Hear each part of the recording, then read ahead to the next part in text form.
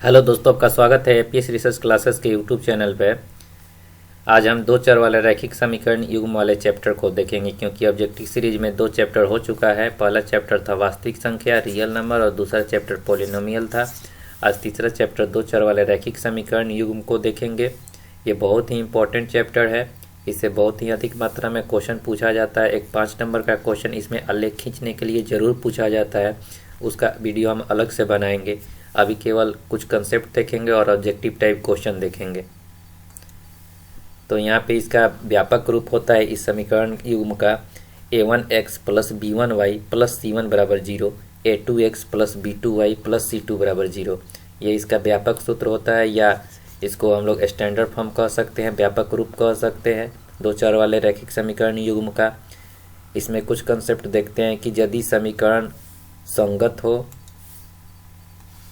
प्रतिच्छेदी हो और अद्वितीय हल हो तो इसके लिए a1/a2 बराबर नहीं b1/b2 के। दूसरा होता है यदि समीकरण संगत हो, समपाती हो और अनेक हल हो तो उसके लिए हो जाता है a1/a2 बराबर b1/b2 बराबर c1/c2 के। ये तीनों बराबर होगा तो समीकरण संगत होगा, समपाती होगा, अनेक हल होगा। यदि समीकरण असंगत, समांतर और कोई हल नहीं है तो a1/a2 बराबर b1/b2 बराबर नहीं c1/c2 के। यदि a1/a2 बराबर b1/b2 बराबर नहीं c1/c2 तो समीकरण असंगत होगा, समांतर होगा, कोई हल नहीं होगा। यदि समीकरण संगत हो, समपाती हो, अनेक हल हो तो a1/a2 बराबर b1/b2 बराबर c1/c2। और पहला था यहाँ पे कि समीकरण संगत हो, प्रतिच्छेदी हो और अद्वितीय हल हो तो a1/a2 बराबर नहीं b1/b2। एक सूत्र होता है इसमें, क्योंकि हम लोग दो चर वाले रैखिक समीकरण युग्म के चैप्टर को 3 विधि से हल कर सकते हैं। पहला विधि हो जाता है प्रतिस्थापन विधि, विलोपन विधि और तीसरा ब्रजगुणन विधि। तो यहाँ पे हम लोग ब्रजगुणन विधि के बारे में देखेंगे कि ब्रजगुणन विधि के लिए एक सूत्र होता है। इस सूत्र को देख लेते हैं। x/b1c2 minus b2c1 y/c1a2 minus c2a1 बराबर 1/a1b2 माइनस a2b1। यही सूत्र होता है ब्रजगुणन विधि से समीकरण को हल करने के लिए। और भी कुछ कंसेप्ट होंगे, क्वेश्चन मिलेंगे, उसके साथ बताते चलेंगे हम लोग। अब देखते हैं क्वेश्चन क्या क्या है। पहला क्वेश्चन है कि एक रैखिक समीकरण का घात होता है। तो रैखिक समीकरण का घात क्या होता है? एक होता है। ये आपको पता होगा। जैसे मान के चलिए a1x plus b1y plus c1 बराबर 0, तो इसका घात कितना हो जाएगा? 1 हो जाएगा। दूसरा क्वेश्चन, युगपत समीकरण 2x प्लस 3y बराबर 5, 4x प्लस 6y बराबर 9 का निकाय है। तो पहले a1/a2 निकाल लेते हैं। तो a1 बराबर कितना दिया है? 2 दिया है। a2 बराबर कितना दिया है? 3 दिया है। b1 बराबर कितना दिया है? a2 बराबर 4 दिया है। यहाँ पे a2 बराबर 4 दिया है, b1 बराबर 3 दिया है, b2 बराबर 6 दिया है, c1 बराबर 5 दिया है, c2 बराबर 9 दिया है। तो a1/a2 निकालेंगे पहले। तो a1/a2 बराबर b1/b2 के।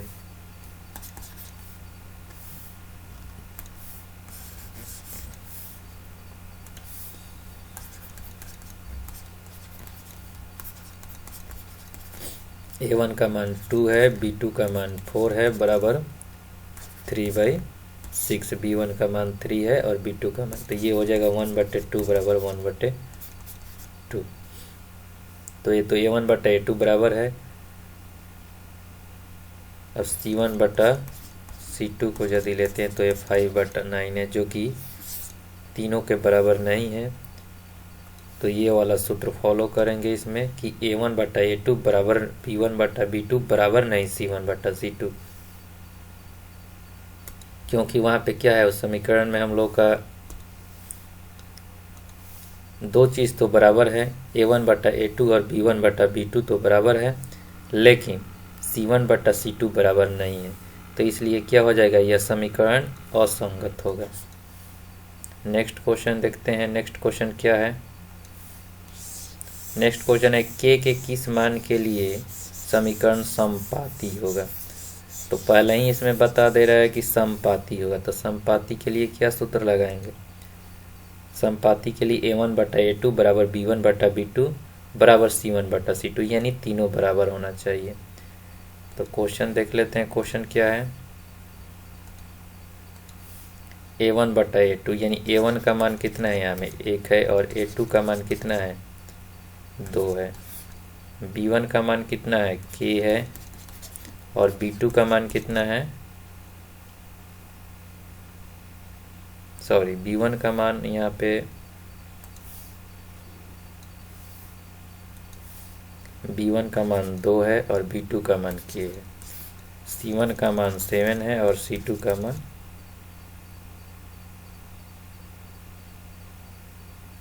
14 है। यहाँ पे K का वैल्यू निकालना है, तो हम लोग B1/B2 बराबर C1/C2 कर लेते हैं यहाँ पे।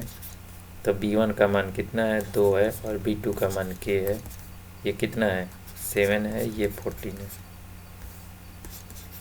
तो ये 7K हो जाएगा, अब बराबर ये 28 हो जाएगा, तो K बराबर 4 हो जाएगा।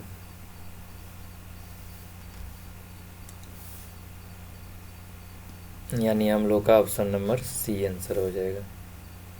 नेक्स्ट क्वेश्चन देखते हैं। नेक्स्ट क्वेश्चन में बहुपद का एक क्वेश्चन दे दिया है यहाँ पे कि 4x² माइनस 4x प्लस 1 के मूलों का गुणनफल क्या होगा, यानी अल्फा प्लस बीटा पूछा जा रहा है, अल्फा इंटू बीटा पूछा जा रहा है, यानी C/A हो जाएगा।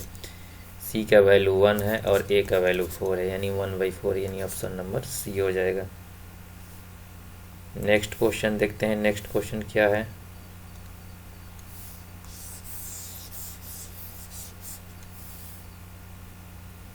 नेक्स्ट क्वेश्चन है कि दो रैखिक समीकरण के आलेख प्रतिच्छेदी हों तब रैखिक समीकरण युग्म होगा। तो यहाँ पे हम आपको एक कंसेप्ट बताए थे कि प्रतिच्छेदी है तो क्या होगा, यदि समीकरण प्रतिच्छेदी है तो अद्वितीय हल होगा।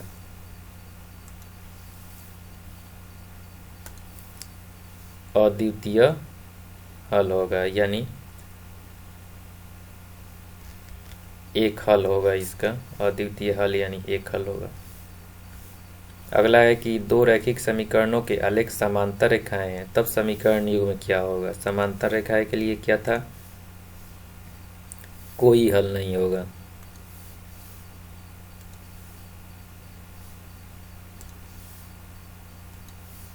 कोई हल नहीं होगा, यानी ऑप्शन नंबर ए इसका आंसर हो जाएगा। नेक्स्ट क्वेश्चन क्या है देखते हैं।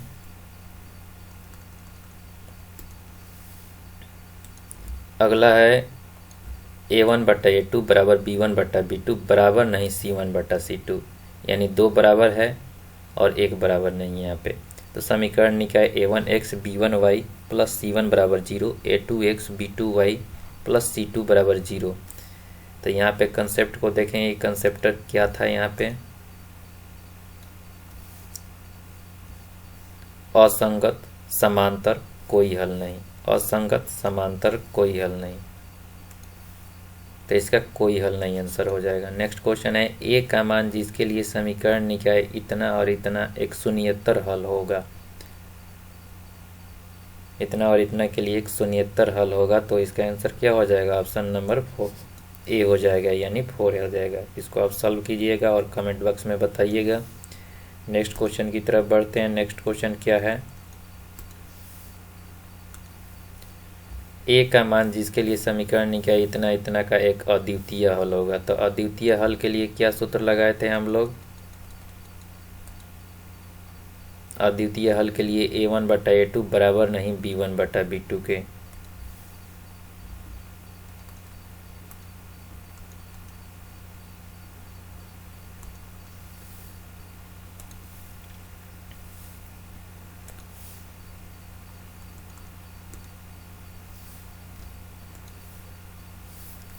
A1 बटा A2 बराबर नहीं B1 बटा B2। तो A1 का मान यहाँ पे A है और A2 का मान 6 है, B1 का मान यहाँ पे -1 है और B2 का मान -2 है।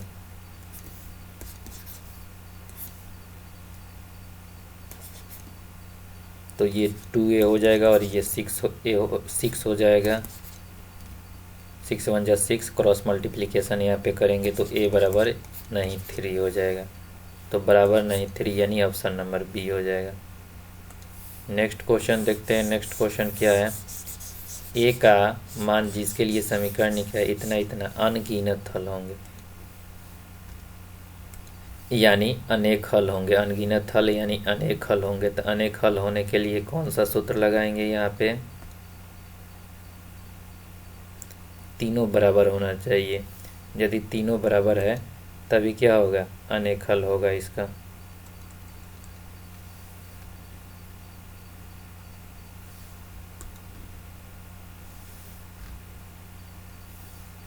और ए का वैल्यू इसमें निकाल देना है, यानी A1 बटा A2 10 बटा इसको 20 कर सकते हैं, बराबर B1 बटा B2 यानी 5 बटा 10 कर सकते हैं, बराबर C1 बटा C2। तो C1 का मान यहाँ पे क्या है? C1 का मान यहाँ पे हो जा रहा है A-5 बटे में A हो जा रहा है। तो ये तो हो गया 1/2 हो जाएगा और ये भी 1/2 हो जाएगा और इसको A-5 बटे A। तो A-5 बटे A किसी एक के बराबर कर लेंगे इसको, 1/2। तो 2A-10 बराबर A। तो A बराबर 10 हो जाएगा, यानी 10 का C। 11 नंबर क्वेश्चन में पूछा जा रहा है समीकरण निकाय x प्लस 2y बराबर 3, 5x प्लस ky बराबर 15 के अनगिनत हल होंगे। यानी वैसे ही इसको भी करना है, k का वैल्यू इसमें निकालना है। तो यहाँ A1 का मान है 1 और A2 का मान है 5, B1 का मान है 2 और B2 का मान है k, C1 का मान है 3 और C2 का मान है 15। तो किसी एक के बराबर कर लेंगे इसको, या तो इस दोनों को बराबर कर लेंगे या इस दोनों को बराबर कर लेंगे। तो पहले वाले को ही बराबर करते हैं। 1/5 बराबर 2/k यानी k बराबर 10 हो जाएगा।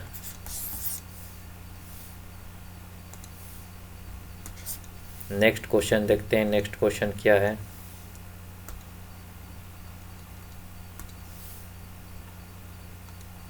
नेक्स्ट क्वेश्चन है यदि रेखाएं एक बिंदु पर प्रतिच्छेदी करती हैं तो वह बिंदु दोनों समीकरणों का क्या होता है? तो प्रतिच्छेदी के लिए क्या होगा?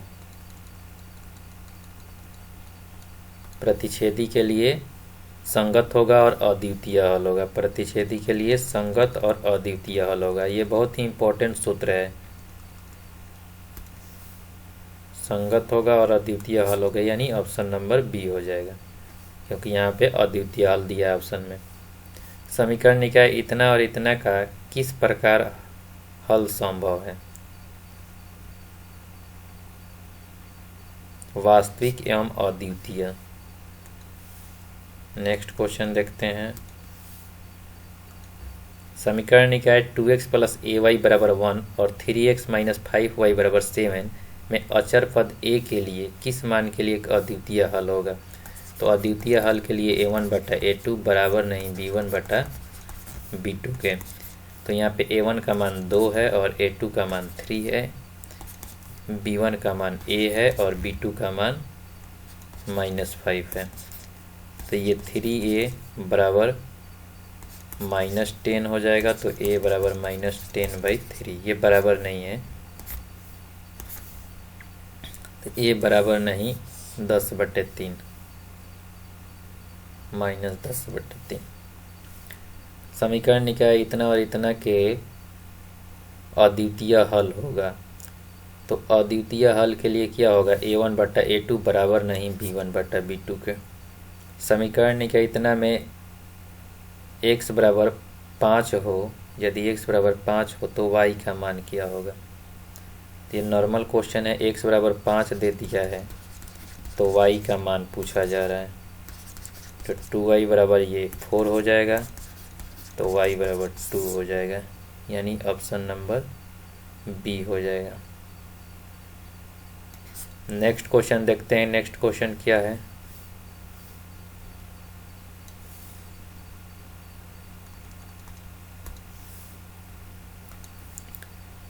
यदि रैखिक समीकरण के आलेख एक बिंदु पर काटे तो समीकरण निकाय निम्नलिखित में से किस प्रकार होगा। एक बिंदु पर काट रहा है तो समीकरण निकाय क्या होगा, अविरोधी होगा।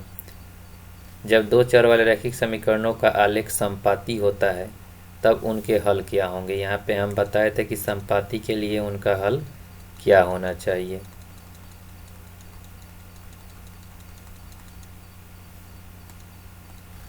समपाती होगा तो उनका हल क्या होगा, अनेक हल होगा। समपाती होगा, संगत होगा और अनेक हल होगा, यानी इसका समपाती है तो अनेक हल हो जाएगा।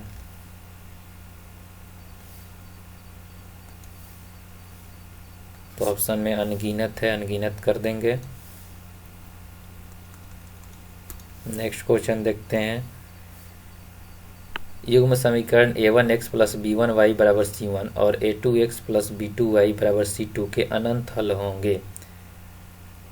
अनंत हल होने के लिए क्या होना चाहिए, तीनों बराबर होना चाहिए, यानी a1 बटा a2 बराबर b1 बटा b2 बराबर c1 बटा c2।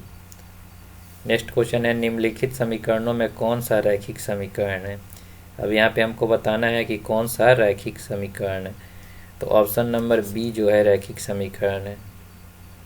बाकी सब क्या है, बाकी ये द्विघात हो जा रहा है, ये भी द्विघात हो जाएगा, ये भी लगभग द्विघात ही हो जाएगा। तो यहाँ पे ऑप्शन नंबर बी ही क्या है, रैखिक समीकरण है। नेक्स्ट क्वेश्चन देखते हैं। नेक्स्ट क्वेश्चन क्या है, के किस मान के लिए रैखिक समीकरण युग्म 2x माइनस वाई माइनस 3 बराबर 0, 2kx प्लस 7y माइनस 5 बराबर 0 का एकमात्र हल होगा। x बराबर 1 है, y बराबर -1 है। तो समीकरण में रख देंगे, समीकरण 2 में रख देंगे इसको, 2kx प्लस 7y माइनस 5 बराबर 0। तो x की वैल्यू कितना है इसमें, x की वैल्यू 1 है और y की वैल्यू -1 है। तो 2k गुना 1 प्लस 7 गुना -1 माइनस 5 बराबर 0। तो ये 2k हो जाएगा, -7 माइनस 5 बराबर 0। तो ये 2k माइनस 12 बराबर 0। तो 2k बराबर 12 हो जाएगा, k बराबर 6 हो जाएगा ये, यानी ऑप्शन नंबर सी इसका आंसर हो जाएगा। नेक्स्ट क्वेश्चन 22 नंबर देखते हैं। 22 नंबर में क्या है, निम्न में से कौन x माइनस 2y तथा 3x प्लस 4y बराबर 0 का हल है। पहला समीकरण क्या है, x माइनस 2y बराबर 0, x माइनस 2y बराबर 0 दिया है। दूसरा समीकरण है 3x प्लस 4y बराबर 10। तो इसको बताना है, इसमें x का वैल्यू बताना है और y का वैल्यू बताना है। तो इसको आप किसी भी विधि से इसको हल कर सकते हैं, या तो आप ब्रजगुणन विधि से हल कीजिए, या विलोपन विधि से, या प्रतिस्थापन विधि से। इसको हल करके बताइएगा कि इसका आंसर क्या होना चाहिए। वैसे हम इसका आंसर बता देते हैं, यहाँ पे x का वैल्यू 2 होगा और y का वैल्यू 1 होगा। इसको आपको सॉल्व करके कमेंट बॉक्स में बताना है। नेक्स्ट क्वेश्चन देखते हैं। यदि 2k माइनस 1 कोमा k समीकरण 10x माइनस 9y बराबर 12 का हल हो तो k का मान होगा। तो k का मान यहाँ पे क्या हो जाएगा, k का मान 1 हो जाएगा। नेक्स्ट क्वेश्चन देखते हैं। नेक्स्ट क्वेश्चन क्या है,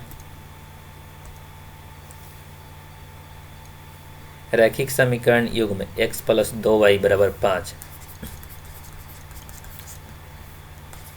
3x प्लस 12y बराबर 10, x प्लस 2y बराबर 5, 3x प्लस 12y बराबर 10 एकल हल होगा, कोई हल नहीं होगा, एक से अधिक हल होगा, अनंत बहुयामी हल होगा। तो इसका आंसर क्या हो जाएगा? एकल हल होगा। यदि 173 एक्स प्लस 197 वाई बराबर 149 और 197 एक्स प्लस 173 वाई बराबर 221, तो एक्स कोमा वाई होगा, यानी एक्स और वाई का मान बताना है यहाँ पे कि एक्स और वाई का मान क्या होना चाहिए। तो एक्स और वाई का मान क्या हो जाएगा? एक्स का मान 2 हो जाएगा, वाई का मान -1 हो जाएगा। नेक्स्ट क्वेश्चन देखते हैं। नेक्स्ट क्वेश्चन क्या है? विरोधी समीकरण युग्म के कितने हल होंगे? विरोधी समीकरण युग्म के कितने हल होते हैं? एक होते हैं, यानी ऑप्शन नंबर ए हो जाए। एक रैखिक समीकरण युग्म जिसका कोई हल नहीं है क्या कहलाता है? कोई रैखिक समीकरण युग्म है, उसका कोई हल नहीं है, तो वह समीकरण क्या कहलाएगा? विरोधी कहलाएगा। कोई हल नहीं होगा तो विरोधी कहलाएगा। नेक्स्ट क्वेश्चन देखते हैं।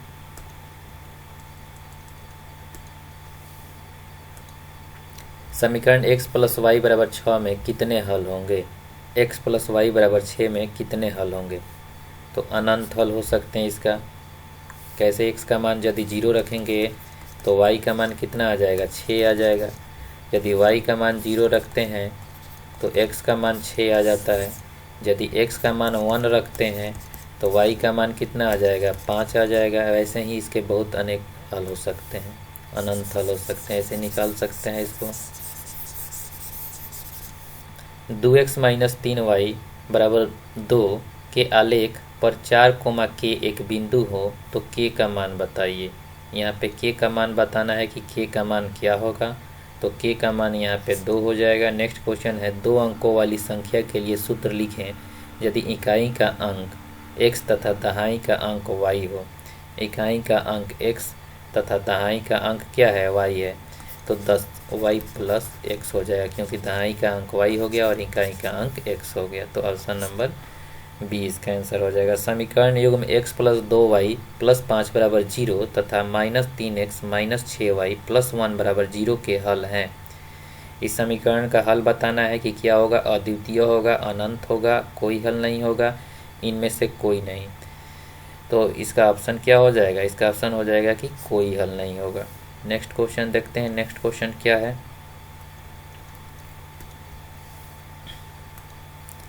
यदि समीकरण के x माइनस 5y बराबर 2 तथा 6x प्लस 2y बराबर 7 का कोई हल नहीं हो तो k का मान क्या होगा?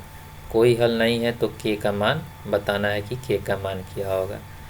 तो आपको कंसेप्ट बताया गया है, उस कंसेप्ट पे आप निकालिए और बताइए इसका कि k का मान क्या होगा। ठीक है। नेक्स्ट क्वेश्चन देखते हैं। दो चर में दो एकघातीय समीकरणों के ग्राफ यदि प्रतिच्छेदी रेखाएं हैं तो हलों की संख्या होगी। प्रतिच्छेदी रेखाएं हैं तो हलों की संख्या क्या होनी चाहिए? प्रतिच्छेदी रेखा के लिए हल की संख्या सिर्फ एक होगी, यानी अद्वितीय हल यानी एक होगी। रैखिक समीकरण युग्म x प्लस 3y माइनस 4 बराबर 0 तथा 2x माइनस 5y माइनस 1 बराबर 0 हैं तो क्या होगा? अविरोधी होगा। नेक्स्ट क्वेश्चन देखते हैं। नेक्स्ट क्वेश्चन क्या होगा?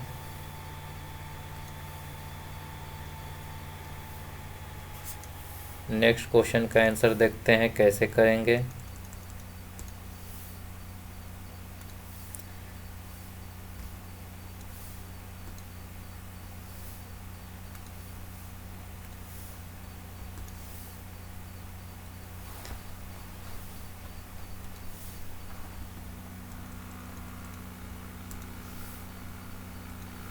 यदि दो चर में दो रैखिक समीकरणों के हल अनंत हो तो उनके आलेख होंगे। हल क्या है? यहाँ पे अनंत है तो उनका आलेख पूछा जा रहा है, उनका ग्राफ पूछा जा रहा है कि क्या होगा? दो समपाती रेखा होगा। के किस मान के लिए समीकरण निकाय इतना और इतना के हल अनंत हैं, इसके हल अनंत होंगे, यानी 10 हो जाएगा के का मान। यदि 2x प्लस वाई बराबर 2x माइनस वाई बराबर √8 तो y का मान होगा। यहाँ पे y का मान बता देना है कि y का मान क्या होगा। तो y का मान 0 हो जाएगा।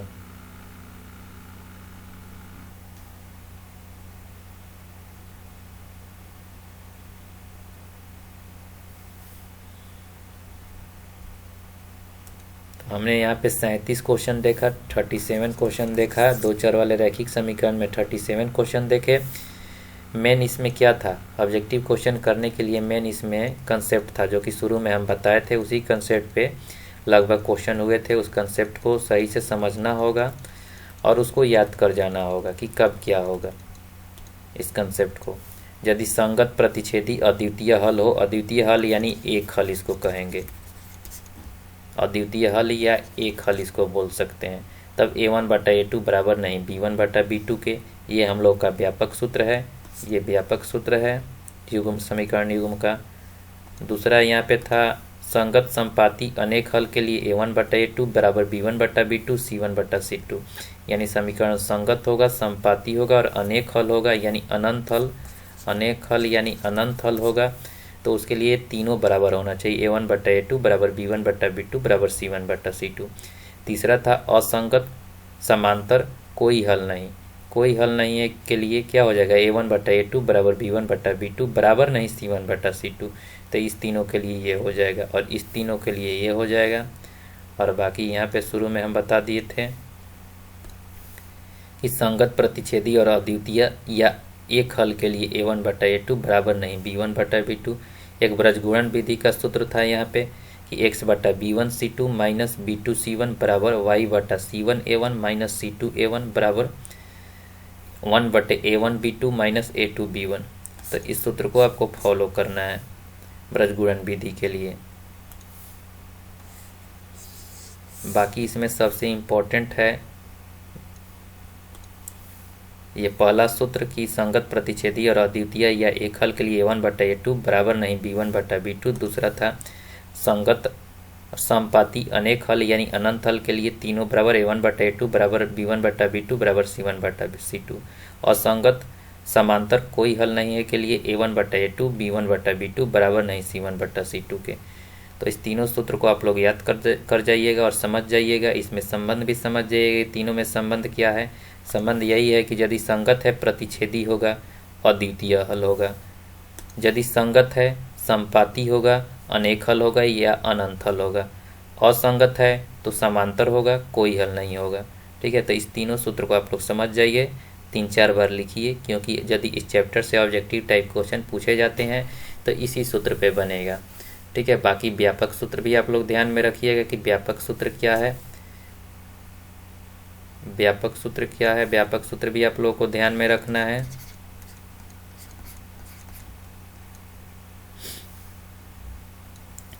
तो हम लोगों ने यहाँ पे अच्छा से समझा दो चर वाले रैखिक समीकरण युग्म को। यदि आपको कहीं डाउट है तो आप उस डाउट को टेलीग्राम पे मैसेज करके आप पूछ सकते हैं। हमारा टेलीग्राम चैनल है APS रिसर्च क्लासेस और उसका लिंक आपको डिस्क्रिप्शन में मिल जाएगा, वहाँ से आप टेलीग्राम ज्वाइन कर सकते हैं। ठीक है, कोई भी क्वेश्चन को आप 3-4 बार बनाइए अपने से, तब जाके आपका कंसेप्ट क्लियर होगा। जय हिंद।